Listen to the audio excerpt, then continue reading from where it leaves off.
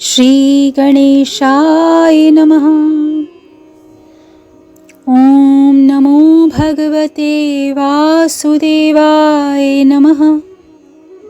श्रीमद्भागवत महापुराणम् द्वितीय स्कंधः अथ प्रथमो अध्यायः।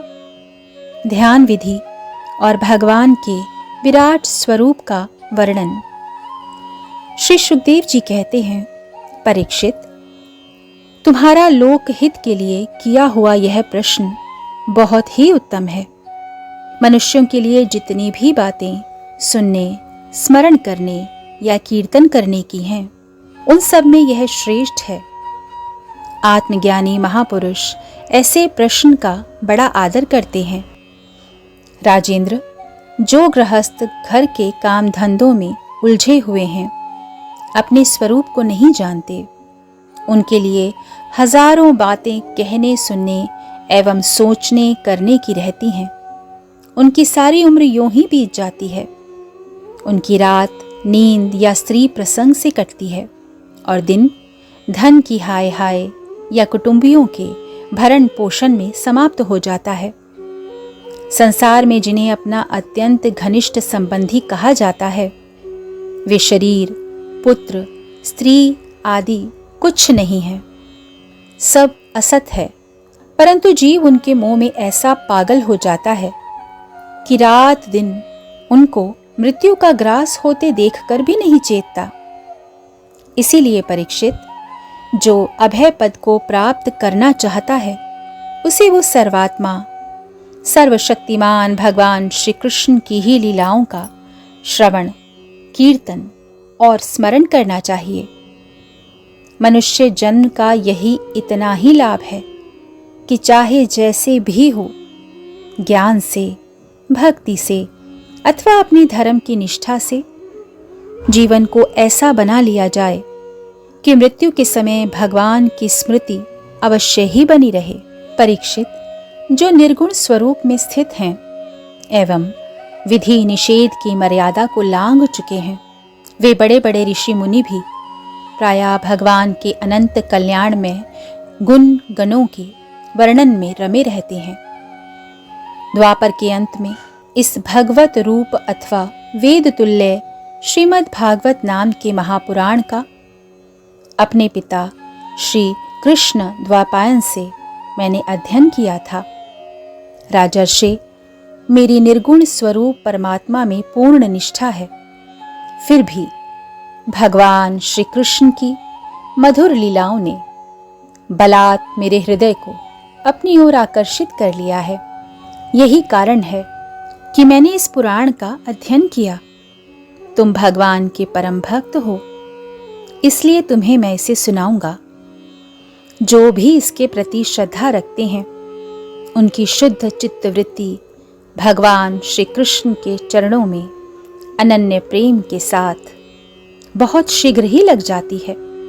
जो लोग लोक या परलोक की किसी भी वस्तु की इच्छा रखते हैं या फिर इसके विपरीत संसार में दुख का अनुभव करके जो इससे विरक्त हो गए हैं और निर्भय मोक्ष पद को प्राप्त करना चाहते हैं, उन साधकों के लिए तथा योग संपन्न सिद्ध ज्ञानियों के लिए भी समस्त शास्त्रों का यही निर्णय है कि वे भगवान के नामों का प्रेम से संकीर्तन करें। अपने कल्याण साधन की ओर से असावधान रहने वाले पुरुष की वर्षों लंबी आयु भी अनजान में ही व्यर्थ बीत जाती है। उससे क्या लाभ है? सावधानी से ज्ञान पूर्वक बिताई हुई घड़ी 2 घड़ी भी श्रेष्ठ हैं, क्योंकि उसके द्वारा अपने कल्याण की चेष्टा तो की जा सकती है। राजर्षि खटवांग अपनी आयु की समाप्ति का समय जानकर 2 घड़ी में ही सब कुछ त्याग कर भगवान के अभय पद को प्राप्त हो गए थे। परीक्षित, अभी तो तुम्हारे जीवन की अवधि 7 दिन की है। इस बीच में ही तुम अपने परम कल्याण के लिए जो कुछ करना चाहिए सब कर लो। मृत्यु का समय आने पर मनुष्य घबराए नहीं। उसे चाहिए कि वह वैराग्य के शस्त्र से शरीर और उससे संबंध रखने वालों के प्रति ममता को काट डाले, धैर्य के साथ घर से निकलकर पवित्र तीर्थ के जल में स्नान करे और पवित्र तथा एकांत स्थान में विधि पूर्वक आसन लगाकर बैठ जाए। तत्पश्चात परम पवित्र अ, उ, म इन 3 मात्राओं से युक्त प्रणव का मन ही मन जाप करे, अर्थात ओम का जाप करे। प्राणवायु को वश में करके मन का दमन करे और एक क्षण के लिए भी प्रणव को ना भूले। बुद्धि की सहायता से मन के द्वारा इंद्रियों को उनके विषयों से हटा ले और कर्म की वासनाओं से चंचल हुए मन को विचार के द्वारा रोककर भगवान के मंगलमय रूप में लगाए। स्थिर चित्त से भगवान के शीघ्र विग्रह में से किसी भी एक अंग का ध्यान करें। इस प्रकार एक एक अंग का ध्यान करते करते विषय वासना से रहित मन को पूर्ण रूप से भगवान में ऐसा तल्लीन कर दे कि फिर और किसी विषय का चिंतन ही ना हो। वही भगवान विष्णु का परम पद है, जिसे प्राप्त करके मन भगवत प्रेम रूप आनंद से भर जाता है। यदि भगवान का ध्यान करते समय मन रजोगुण से विक्षिप्त या तमोगुण से मूढ़ हो जाए तो घबराए नहीं, धैर्य के साथ योग धारणा के द्वारा उसे वश में करना चाहिए, क्योंकि धारणा उक्त दोनों गुणों के दोषों को मिटा देती है। धारणा स्थित हो जाने पर ध्यान में जब योगी अपने परम मंगलमय आश्रय भगवान को देखता है, तब उसे तुरंत ही भक्ति योग की प्राप्ति हो जाती है। परीक्षित ने पूछा, ब्राह्मण, धारणा किस साधन से किस वस्तु में किस प्रकार की जाती है और उसका क्या स्वरूप माना गया है, जो शीघ्र ही मनुष्य के मन का मैल मिटा देती है?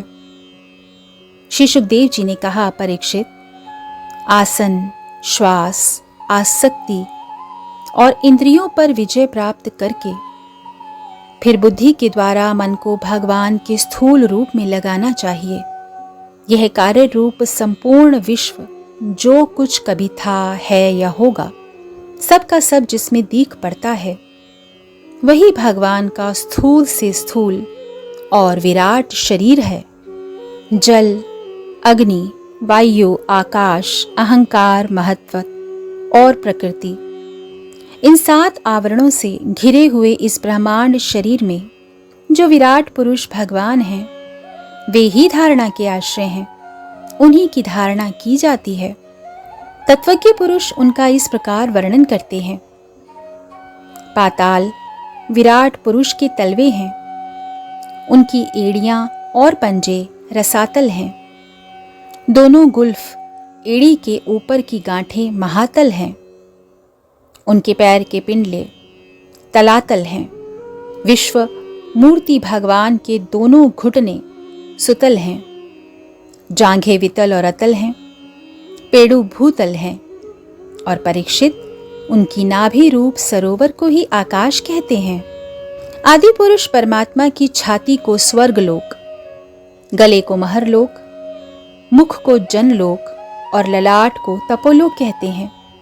उन सहस्त्र सिर वाले भगवान का मस्तक समूह ही सत्यलोक है। इंद्र आदि देवता उनकी भुजाएं हैं। दिशाएं कान और शब्द श्रवणेंद्रियां हैं। दोनों अश्विनी कुमार उनकी नासिका के छिद्र हैं। गंध घ्राणेंद्रियां हैं और धधकती हुई आग उनका मुख है। भगवान विष्णु के नेत्र अंतरिक्ष हैं। उनमें देखने की शक्ति सूर्य हैं। दोनों पलकें रात और दिन हैं। उनका भ्रू विलास ब्रह्मलोक है। तालु जल है और जिह्वा रस है। वेदों को भगवान का ब्रह्मरंध्र कहते हैं और यम को दाढ़ें। सब प्रकार के स्नेही दांत हैं और उनकी जगन मोहिनी माया को ही उनकी मुस्कान कहते हैं। यह अनंत सृष्टि उसी माया का कटाक्ष विक्षेप है। लज्जा ऊपर का होठ है और लोभ नीचे का होठ है। धर्म स्तन और अधर्म पीठ है। प्रजापति उनके मूत्रेंद्रियां हैं और मित्रावरुण अंडकोश हैं। समुद्र कोक है और बड़े बड़े पर्वत उनकी हड्डियां हैं। राजन, विश्वमूर्ति विराट पुरुष की नाड़ियां नदियां हैं। वृक्ष उनके रोम हैं, परम प्रबल वायु श्वास है, काल उनकी चाल है और गुणों का चक्कर चलाते रहना ही उनका कर्म है। परीक्षित, बादलों को उनके केश मानते हैं, संध्या उन अनंत का वस्त्र है। महात्माओं ने अव्यक्त मूल प्रकृति को ही उनका हृदय बतलाया है और सब विकारों का खजाना उनका मन चंद्रमा कहा गया है। महतत्व को सर्वात्मा भगवान का चित्त कहते हैं और रुद्र उनके अहंकार कहे गए हैं। घोड़े, खच्चर, ऊंट और हाथी उनके नख हैं।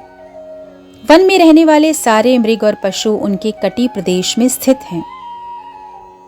तरह तरह के पक्षी उनके अद्भुत रचना कौशल हैं। स्वयंभुव मनु उनकी बुद्धि हैं और मनु की संतान मनुष्य उनके निवास स्थान हैं। गंधर्व, विद्याधर, चारण और अप्सराएं उनके षड्ज आदि स्वरों की स्मृति हैं। दैत्य उनके वीर्य हैं। ब्राह्मण मुख हैं, क्षत्रिय भुजाएं, वैश्य जंघाएं और शूद्र उन विराट पुरुष के चरण हैं।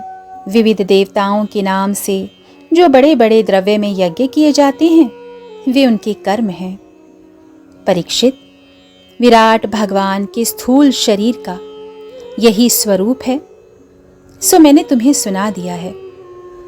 इसी में मुमुक्षु पुरुष बुद्धि के द्वारा मन को स्थिर करते हैं, क्योंकि इससे भिन्न और कोई वस्तु नहीं है। जैसा स्वप्न देखने वाला स्वप्नावस्था में अपने आप को ही विविध पदार्थों के रूप में देखता है, वैसे ही सबकी बुद्धि वृत्तियों के द्वारा सब कुछ अनुभव करने वाला सर्व अंतर्यामी परमात्मा भी एक ही है। उन सत्य स्वरूप आनंद निधि भगवान का ही भजन करना चाहिए। अन्य किसी भी वस्तु में आसक्ति नहीं करनी चाहिए, क्योंकि यह आसक्ति जीव के अधा पतन का हेतु है। प्रथम अध्याय समाप्त हुआ। हरे कृष्णा कृष्ण कृष्ण हरे हरे, हरे रामा श्री राम राम हरे हरे।